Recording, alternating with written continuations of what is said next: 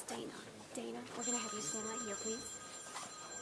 Governor, we're going to have you stand a slight bit to the right. Sure. And Butch is going to stand right here as soon as he walks in.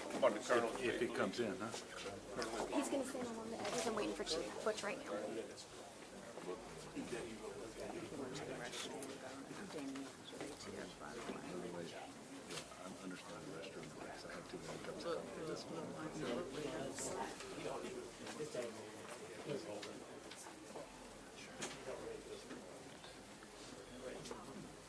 We want to make sure that the exits are clear, as of course we are the fire marshal's office.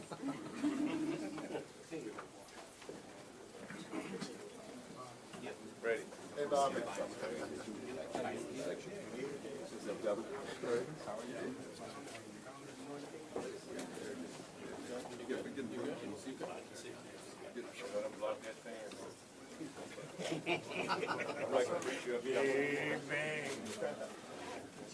Need that fan? Show up.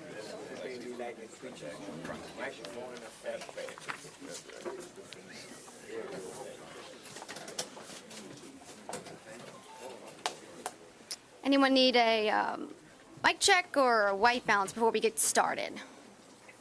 We're good? Okay.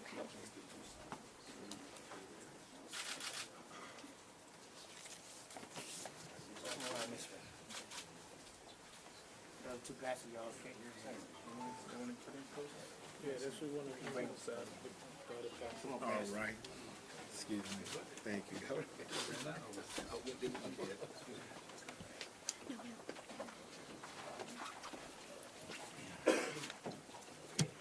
Alrighty, good morning. My name is Ashley Rodrigue. I am the Public Affairs Director for the Louisiana State Fire Marshal's Office. I first want to thank the St. Landry Parish Sheriff's Office for hosting this press conference for us today. I also want to thank all of you for your patience and cooperation over the past couple of days. Behind me are the officials that will be speaking during this morning's press conference. Starting at my right, of course, Governor John Bell Edwards, and then State Fire Marshal Chief Butch Browning. We have St. Landry Sheriff Bobby Guidros. There you go. We also have Dana Nichols, ATF New Orleans Field Division, Special Agent in Charge, as well as Eric J. Rommel, FBI New Orleans Field Office Special Agent in Charge. And then we have, of course, Pastor Gerald Toussaint from Mount Pleasant Baptist Church. You will see spellings of all of these names on the press release you're about to receive electronically. Also behind me, you can see Louisiana State Police Colonel Kevin Reeves. Thank you for joining us. Representatives from the Florida Bureau of Fire, Arson, and Explosives Investigations, along with St. Landry Fire Districts 2 and 3, and a host of law enforcement agencies that were part of this investigation and very critical. Each speaker will provide their update and comments to you, and then we will open for questions. We ask in an effort to maintain order and fairness that if you have a question, please raise your hand and wait to be called upon. We'd like to answer all of your questions, and we want to ensure that those questions are heard fully and accurately so the right person can answer it for you. Thank you, and we will start with the governor. Thank you, Ashley. I want to thank everybody for being here today, and as you can see from the folks in this room, this has been a team effort and a lot of great teamwork and a lot of hard work from a lot of folks. As you all know, over the past couple of weeks, I and the people across the state of Louisiana, in fact, people across the country, have been deeply troubled by the disturbing string of church fires here in St. Landry Parish and also one in Caddo Parish. And it has been especially painful because it reminds us of a very dark past of intimidation and fear. That is why this morning I'm glad that we're able to come together and to announce that an arrest has been made in connection with the fires that burned the 3 historically African-American churches here in St. Landry Parish over a 10-day span. The suspect who was arrested is Holden Matthews, a 21-year-old white male from here in St. Landry Parish. At this point, though, I do want to point out that we have no reason to believe that the 3 fires here in St. Landry Parish are related to the fire in Caddo Parish at the Vivian United Pentecostal Church.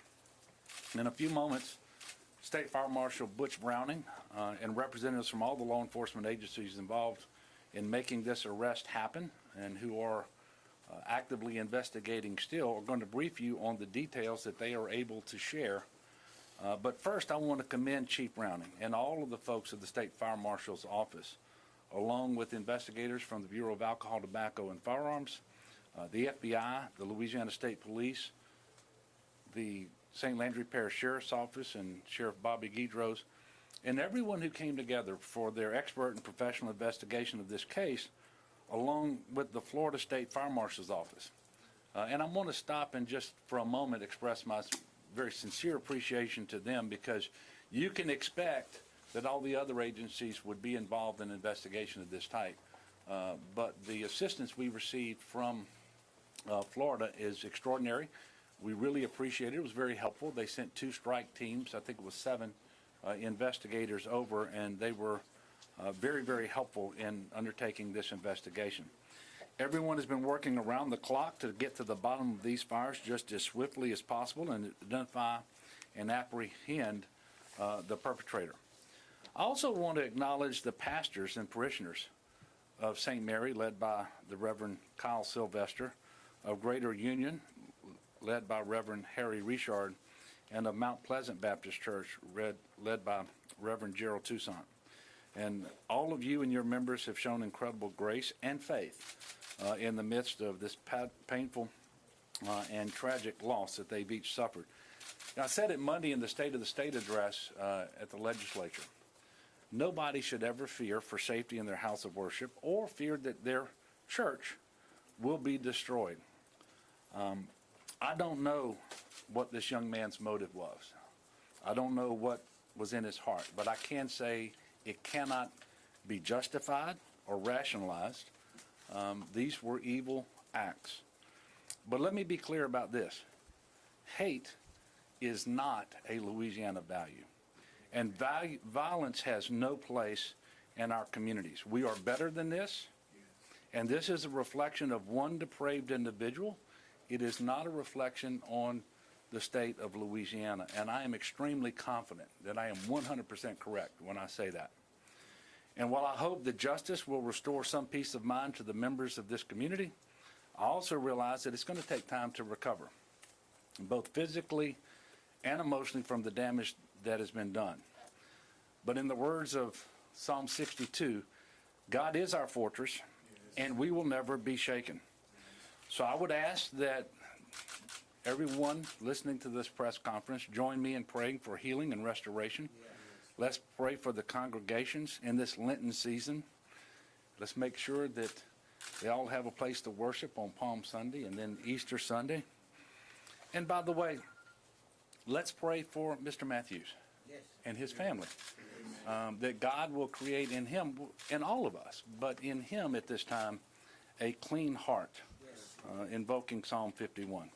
So at this point, I'm going to be followed by the Louisiana Fire Marshal, Butch Browning, and then the run of show will run as Ashley indicated previously. Thank you.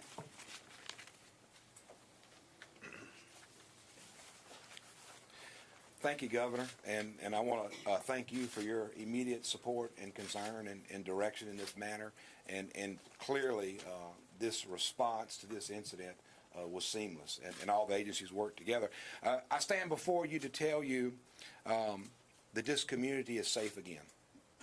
We are extremely, unequivocally confident that we have the person who is responsible for these tragic crimes on these 3 churches. And I have to tell you, this investigation is probably one of the most unique arson investigations that I've been involved in my 33 years, in that this was an attack on the house of God. This was an attack on not just a place that people go on a weekly interval and worship. It's a place where they've had weddings. It's a place where they've had funerals. It's a place where generations, we're talking about buildings that were over 100 years old, where generations of families have been raised. So though the spirit is still strong, the landmark has been destroyed. We took that very seriously in this investigation. And as you hear about the things that we can talk about, you're going to understand about the passion of the investigators associated with this team. And in the end, you're going to learn that we had some very unique criminal investigators. They were called pastors, and I'll talk about them in the end. As the governor stated, 21-year-old Holden Matthews, who is a resident of Opelousas, has been arrested. He's been charged with state crimes by the State Fire Marshal's Office, Louisiana Revised Statute 1452.1, 3 counts of simple arson on religious buildings. Each one of these charges have a maximum of 15-year penalty. As a quick recap of the case, 3 churches in St. Landry Parish burned in a 10-day span. The St. Mary Baptist Church in Port Barry on March 26th, the Greater Union Baptist Church on April 2nd, and finally the Mount Pleasant Baptist Church on April 8th. We can now confirm that all 3 of these fires are intentionally set, and all 3 of these fires are related. Several pieces of evidence, both physical from the scene and technological evidence, have confirmed that Matthews is the suspect. At this time, the investigation is extremely active, and again, as we go through the statements made and questions that we answer, we are very restricted on what we can say, and you're going to understand why.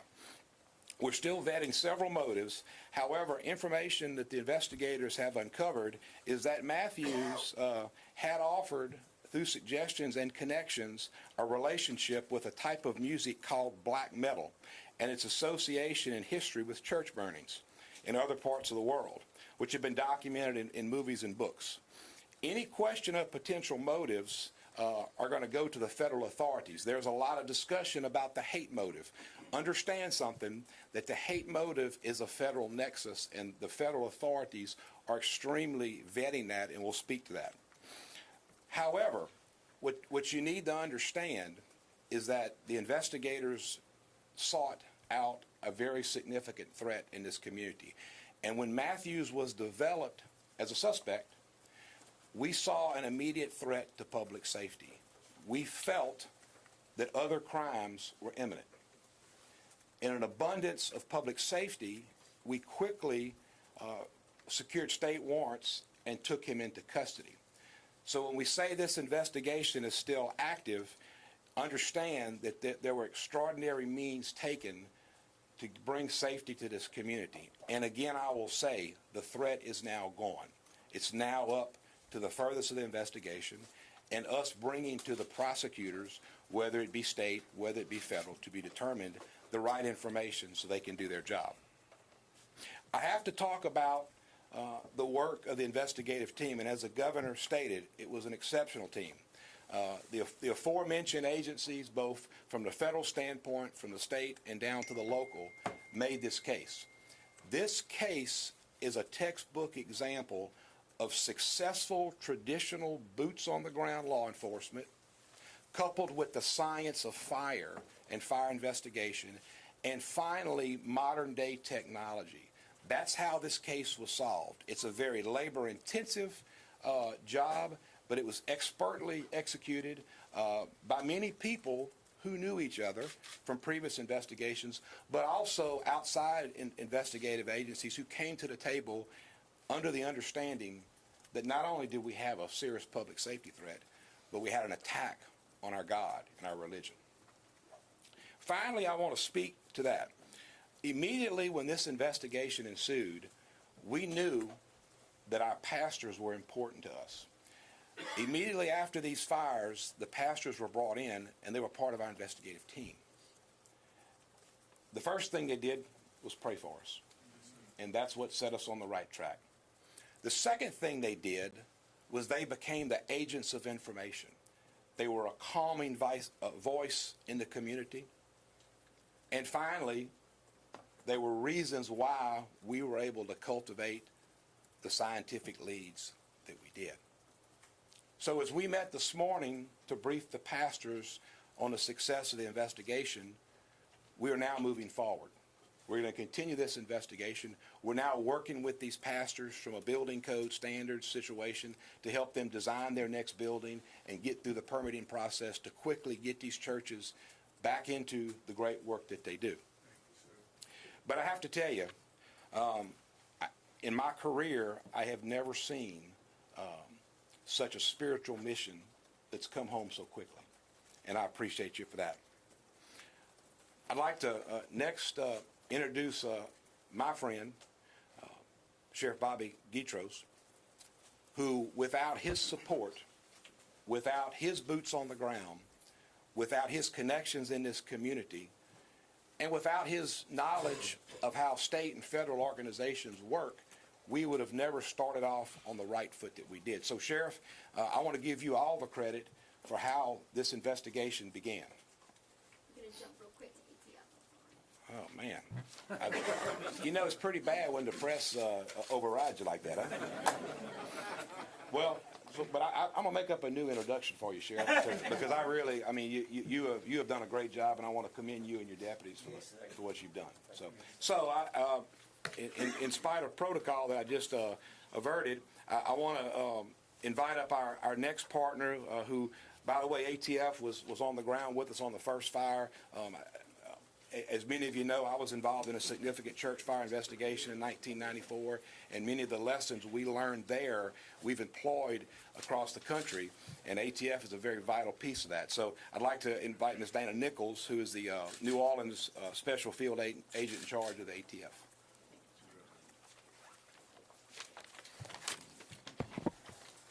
Thank you, Fire Marshal, and to the Sheriff, I appreciate you giving me the opportunity. Obviously, it's not a reference to any level of importance. It is just the order, I think, alphabetically of how we're doing this meeting. So again, good morning, and a lot of what I will say will echo the sentiments of what you will hear, you know, across the board from everyone. But I, too, would like to thank everyone for being here today. I would also like to say a special thanks again to the Fire Marshal, to the Governor, to the Sheriffs, to my counterpart, Zach Ramo from the FBI, to the community, to the congregations, to the pastors, and to the men and the women that don't have an opportunity to stand here behind me that worked on this investigation tirelessly. It is a collaborative effort, and you will hear that echo throughout any person that stands here at this podium. We don't stand here today without that joint effort. We don't stand here today announcing this arrest without that support. Like all the agencies behind me, ATF is committed to working with our law enforcement community to identify and arrest any individuals or any group that engages in arson, in particular as it relates to crimes of violence in our houses of worship.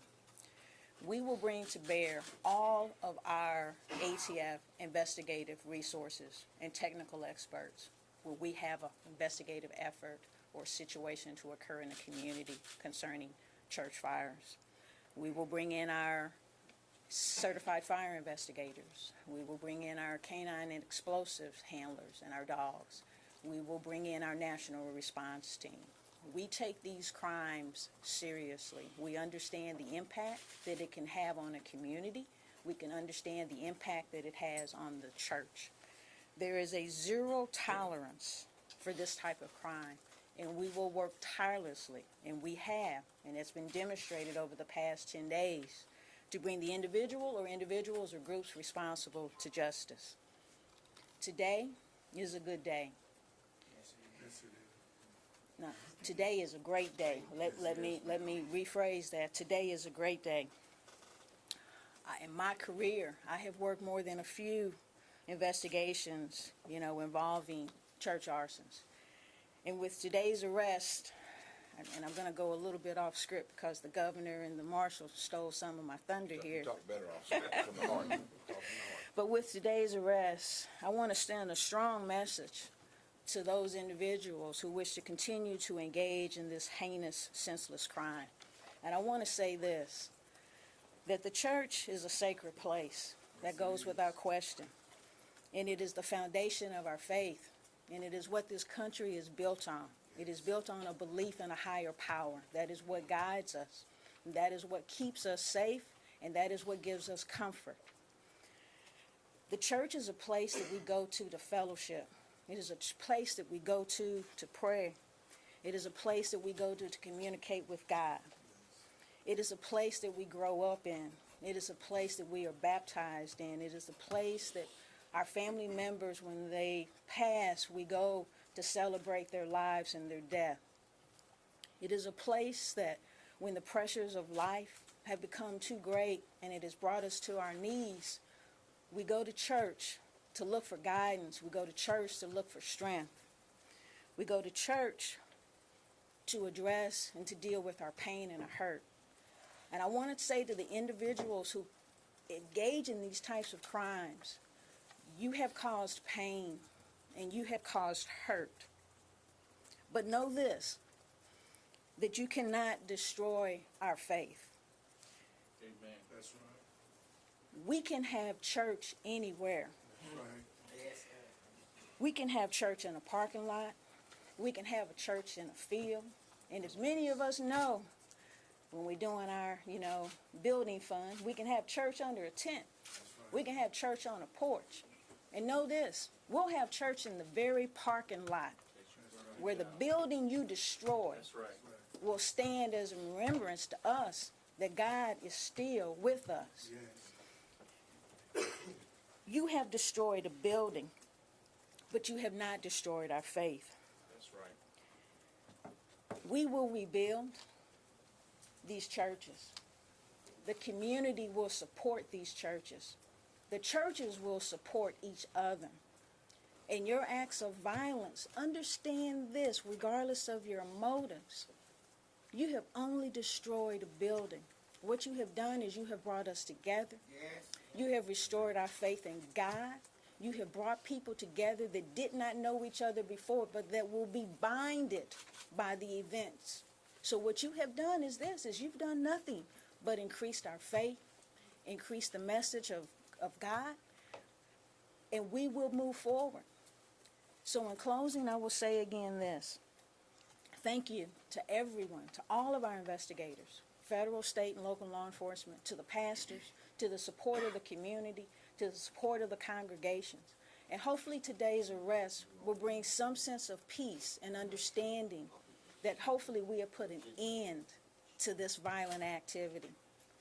And as I said in my remarks, today is not just a good day, today is a great day. Our federal investigation will continue. We are not done. We are continuing our investigative activities because we want to make sure that any and all individuals, if there are other individuals that have engaged or are involved in this, that they will be brought to justice. So again, as I said, know this, individuals, today you have done nothing more but to restore our faith in God and to bring a community together and to unite us all, which is what this country truly needs. Thank you. Thank you.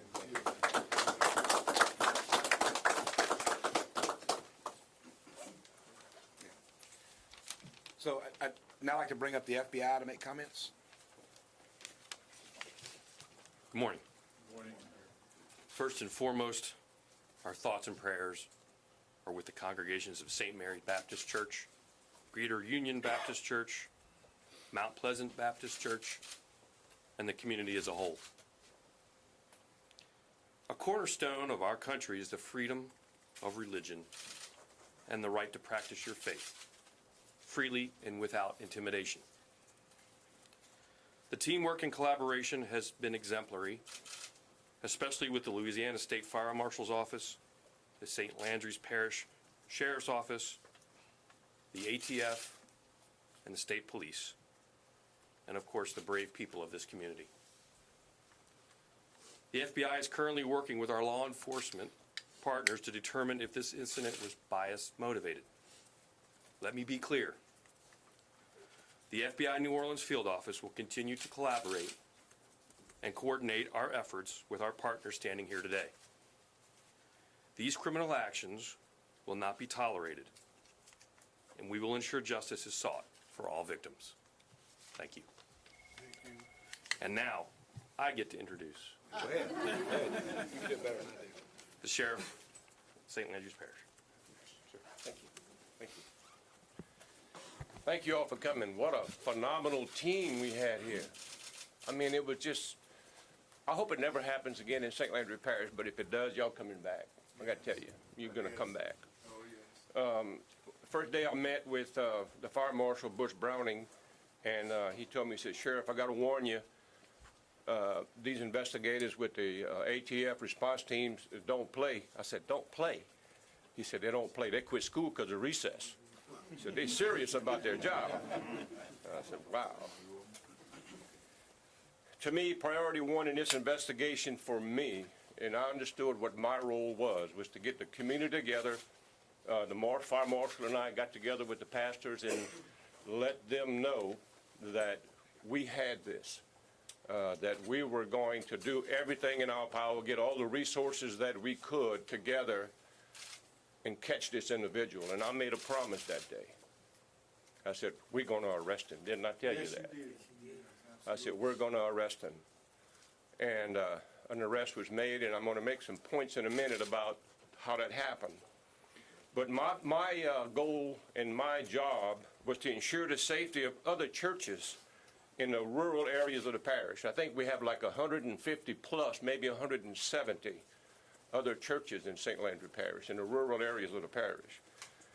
And we attempted to identify the most vulnerable churches, those in the areas that could possibly be set fire again. I dedicated overtime. I called my chief financial officer and said, do what it takes. The patrol supervisor, do what it takes. Assign guys out there. Make sure that we're out and patrolling, and I want deputies guarding these churches. The State Fire Marshal Butch Browning and I met daily to discuss options and directions. We called in the FBI. We called in the National ATF Fire Response Team, the Louisiana State Police, the local Fire District 3, and of course we provided investigators from our office. We met with the local pastors, as I mentioned, and they gave us some ideas. We gave them some suggestions, and we worked together. Everybody worked as a team. And I see where some media outlets prematurely reported that the suspect, Holden Matthews' father, turned him in. Now let me correct that. That is not, let me repeat, that is not true. Holden Matthews' father did not turn him in. We did not get any tips from the hotline. We got a lot of tips from the public, and we investigated those tips and leads. But this case was not solved with tips from the public, but many came in. This case was solved because of the men and women that were assigned were competent and driven to make an arrest. This case was solved because of the boots on the ground and the butts in the air. They didn't stop. Because of Holden's father or anyone else turning him in, it didn't happen. And as we all know by now, Holden's father is an employee of mine, fine man. He was shocked and hurt, as any father would be. And my heart went out to him yesterday when we notified him to come in. And I talked to him, and the news was broke to him. He was in terrible shape. This investigative team was successful because of the 1,000 hours of teamwork, the dedicated manpower at our disposal. And this, again, team was phenomenal. I set them up across the street in this new building, and when I walk in the morning to see what I could do, I was in the way. I got out of the way. Whatever they needed, they got. Many hours of drone activity, a lot of equipment resources was made available to us. And basic, old-fashioned detective work. You cannot solve a case unless you do good, basic, old-fashioned detective work. And in closing, I want to say I speak on behalf of St. Landry Parish citizens in thanking Governor John Bell Edwards for providing us, the State Fire Marshal Services, the expertise, the Fire Marshal Butch Browning for his leadership and guidance, Colonel Kevin Reeves of the Louisiana State Police for his assistance in providing manpower, the ATF, the FBI, and all others that helped us. We could not have done it alone. It was teamwork. And I say thank you to all of you. Thank you, sir. Thank you, sir. Thank you, sir. I'm going to invite a man up here who I've only really known for a week. But I feel like I should have known you when I was born. But he's a man of God. And he's a man who is a leader among leaders. And Pastor Toussaint, you are given the opportunity to speak for these churches. And we really want to hear what you have to say. I would like to first Because they played a vital part in my life. The president of the 7th District Baptist Association and our chief of police to come stand with me right now, please.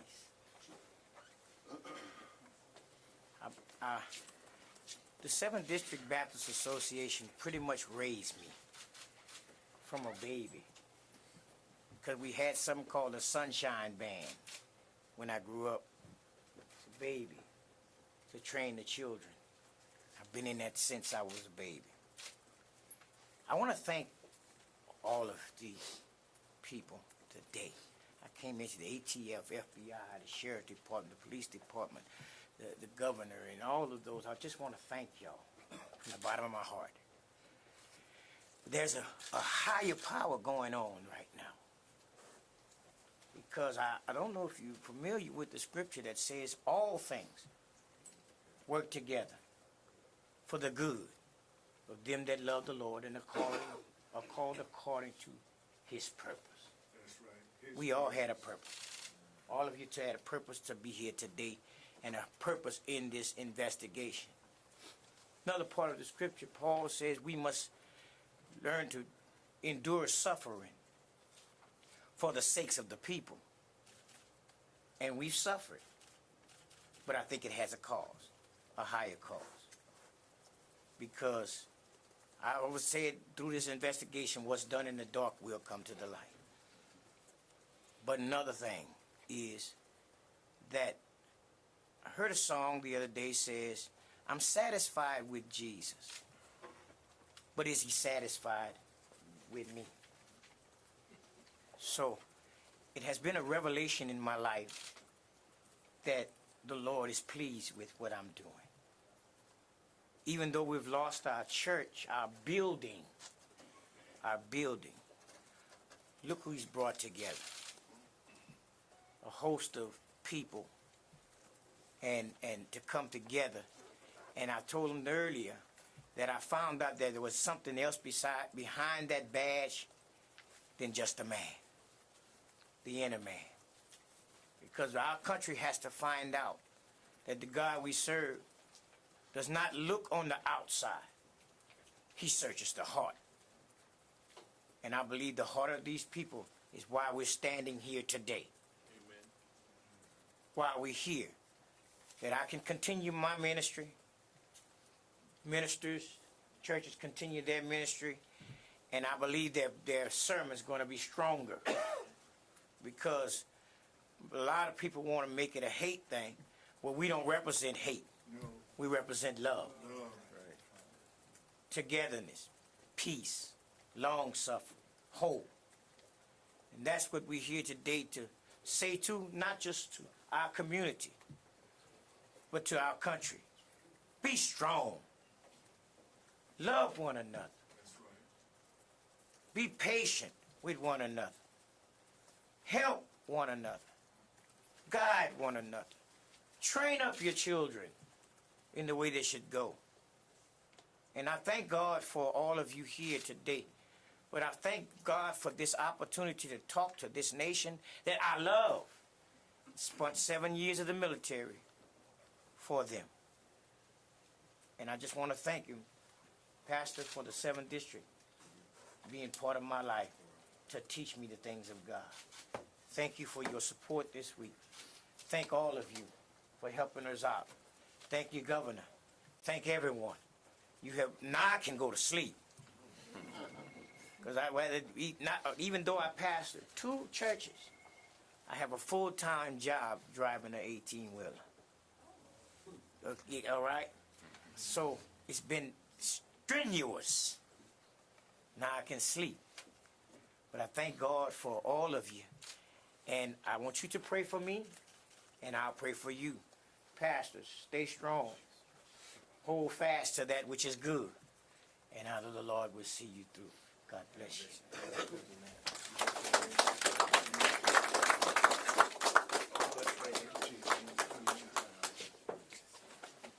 Okay, we'll take any questions. Sir. Beth. Beth with WBRZ. I don't know if you want to do that. I know the governor used the word hate. The FBI used the word bias. I I mean, this is something that was an attack on a church, but it was also an attack on free black churches.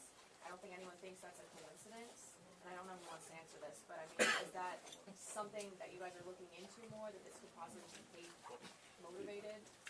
You want to answer that? Sure. Yeah. I think, obviously, we need to continue to investigate this case and continue to go where the leads bring us, where the evidence takes us.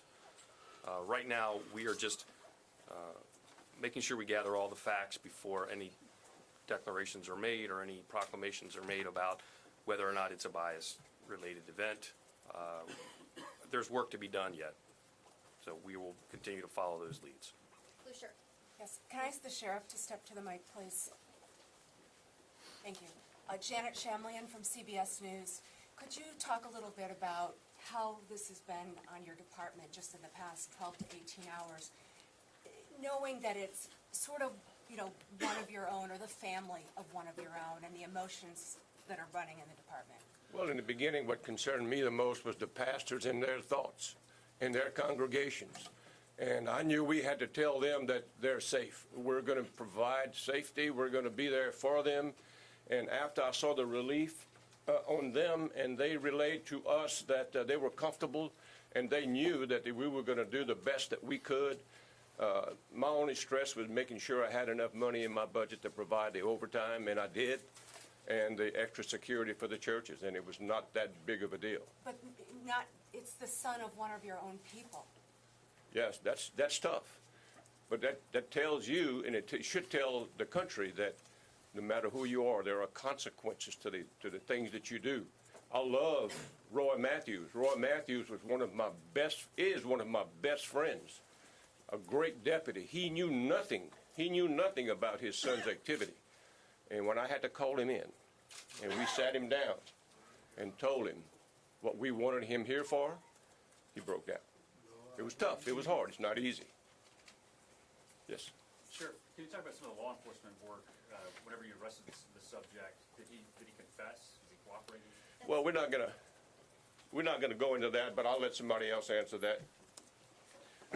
I'll just say that it's an ongoing investigation, and I'll tell you from a probable cause standpoint, we have our man in our view, and we really can't go into the details of that.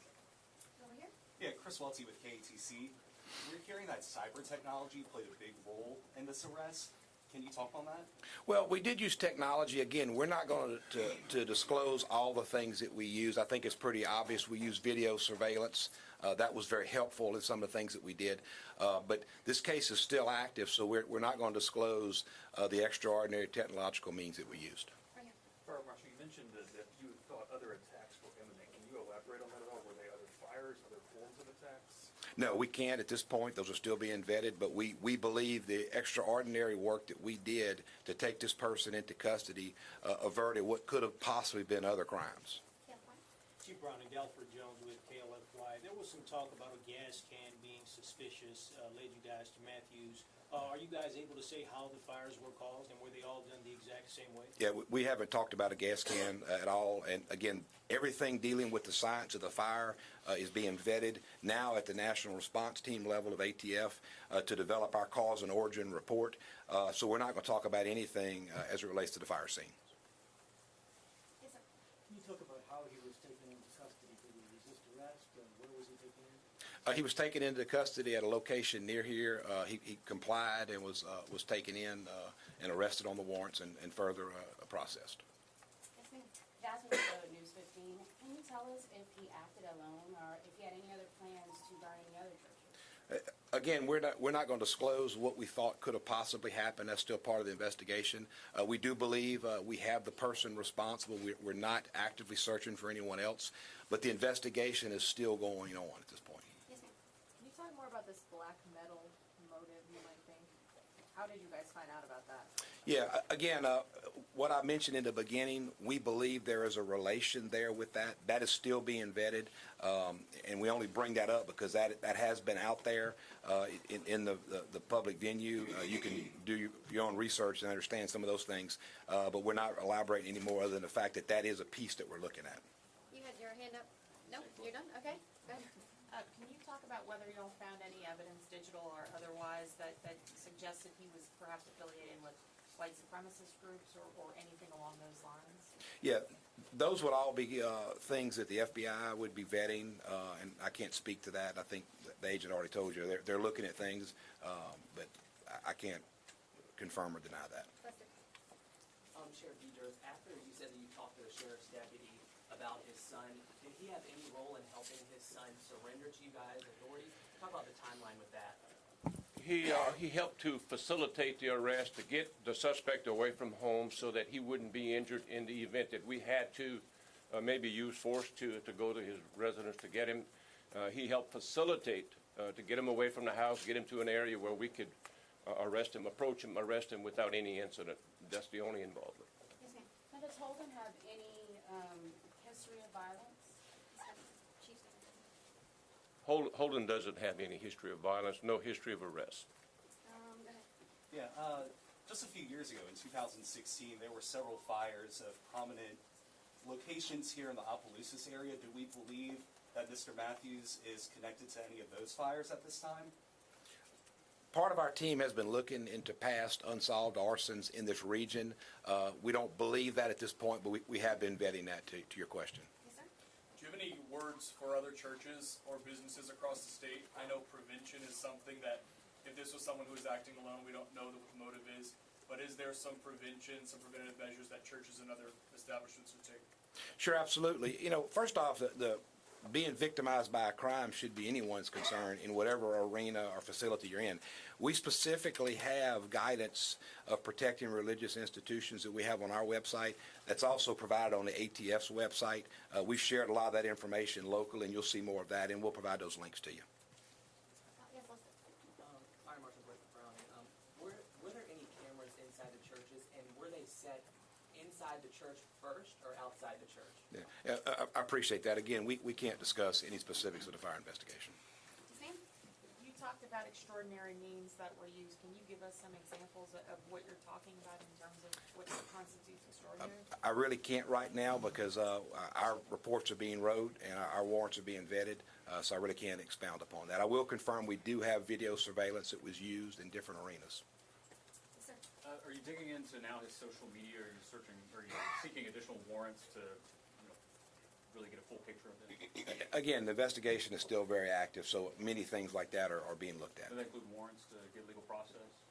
The processes would be followed if other information is needed. Yes, sir. Can I talk to one of the pastors? I just want to know, is there a rebuilding process going on? Yes, What is the looking forward plan? Yeah, we're looking forward to as soon as all y'all get out of our life. Not all of y'all. God bless you. Yes, we're going to, the remaining rubble and all of those things, we're going to move it out and begin a rebuilding process. In fact, most of that has gone, and I want to thank those that made contributions to us that to help us in rebuilding and those that we've had connections from far all over the country to help us rebuild and within our cities. And that's why I say things are bright, because I've heard from pastors and ministers in the area that I've never talked to in my life. So I've heard from them, and we're going to start a network within the community from pastors, preachers, and churches to come together. These things turned out to be a wonderful thing. It started off a dark moment in our lives, but I think with the rebuilding process, you're going to see some things within the future that's going to be very bright for our churches. How early in this investigation did y'all believe Matthews was your guy? Again, I think as we've said, he was developed real quickly as a suspect, and in a matter of about 12 hours of him being developed, we had him in custody. So In a matter of 12 hours of the first fire? No, in a matter of 12 hours of him being developed as a suspect, we had him charged with arson crimes. When did he actually become a suspect? Well, so he like was. what So day? we took him into custody late yesterday. So it was at some point early yesterday morning that we knew we had our man. Yes, sir. Sheriff, has the suspect's father been reassigned at all since bringing the suspect I didn't hear you. Has the suspect's father been reassigned at all since bringing him into custody? Not at all. His father's job duties didn't have anything to do with the investigation or anything related to investigation. So no, he's not been reassigned. All right, ma'am. Can you tell us Matthew's state of mind? Is he remorseful at all? Again, we're still vetting the facts, and that would all be continuing as we continue to gather more evidence. Again, I think it's important to understand we've got extraordinary probable cause, in my view, to number one, quickly take this person off the street, and to assure this public that threat is now not there. One more question, folks. Yeah, did Matthews say anything whenever he was arrested? Again, we're not going to discuss that. I'll give y'all one more. Sheriff, you were talking about a little bit how the father helped him move to a place where there wouldn't be any incidents. Talk about how that arrest happened and where was he taken?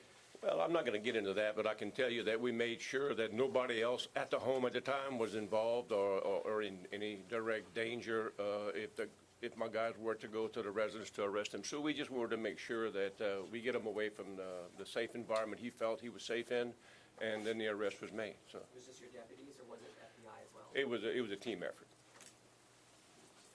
Okay. All right. Well, again, this is not the end. This investigation is still active. When we get more information, we'll put it out. We appreciate your cooperation, and we appreciate the outcome today. Thank you. Over to you.